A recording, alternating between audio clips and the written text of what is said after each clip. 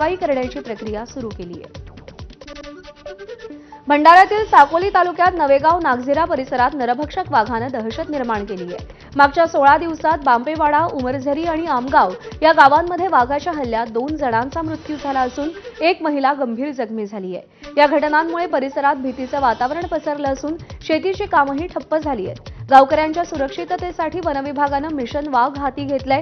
100हून अधिक वन अधिकारी आणि कर्मचारी दिवस-रात्र जंगलामध्ये गस्त घालत वाघाचा शोध घेत आहेत। 32 ट्रॅप कॅमेरे, 4 ड्रोन, पिंजरे आणि मचाणाच्या सहाय्यानं वाघाला जेरबंद करण्याचे प्रयत्न सुरू आहेत। वनविभागाच्या या धाडसी मोहिमेमुळे लवकरच वाघ पकडला जाईल अशी आशा व्यक्त केली जाते। तोपर्यंत नागरिकांना जंगलात न जाण्याचं आवाहन प्रशासनानं केलंय।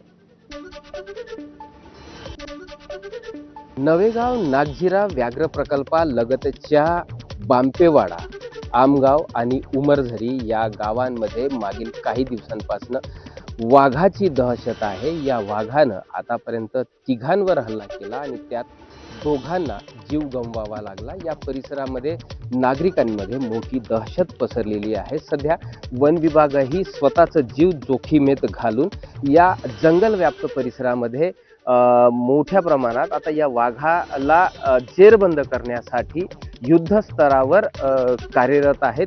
ड्रोन्स कॅमेराच्या माध्यमातून या वाघावर नजर ठेवून आहे आणि एकंदरीतच इथे वेगवेगळ्या ठिकाणी वाघाला जेरबंद करण्याकरिता जे पिंजरे लावलेले आहेत, सोबतच वाघ या पिंजऱ्यामध्ये अलगत यावा यासाठी शिकारही या जंगलामध्ये लावलेले आहेत।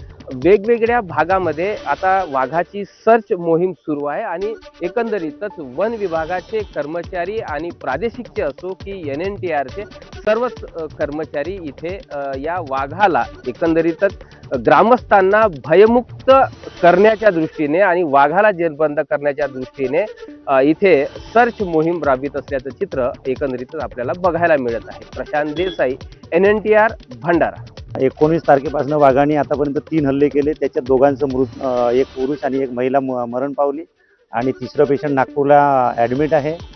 आणि त्याच्यामध्ये शेतकऱ्यांमध्ये आणि गावकऱ्यांमध्ये खूप दहशत पसरली आहे। लवकरात लवकर कसं वाघाला ट्रॅप करता येईल आणि लोकांना त्याच्यापासून कसं निश्वास कधी जनता श्वास टाकते असं झालं आहे आता।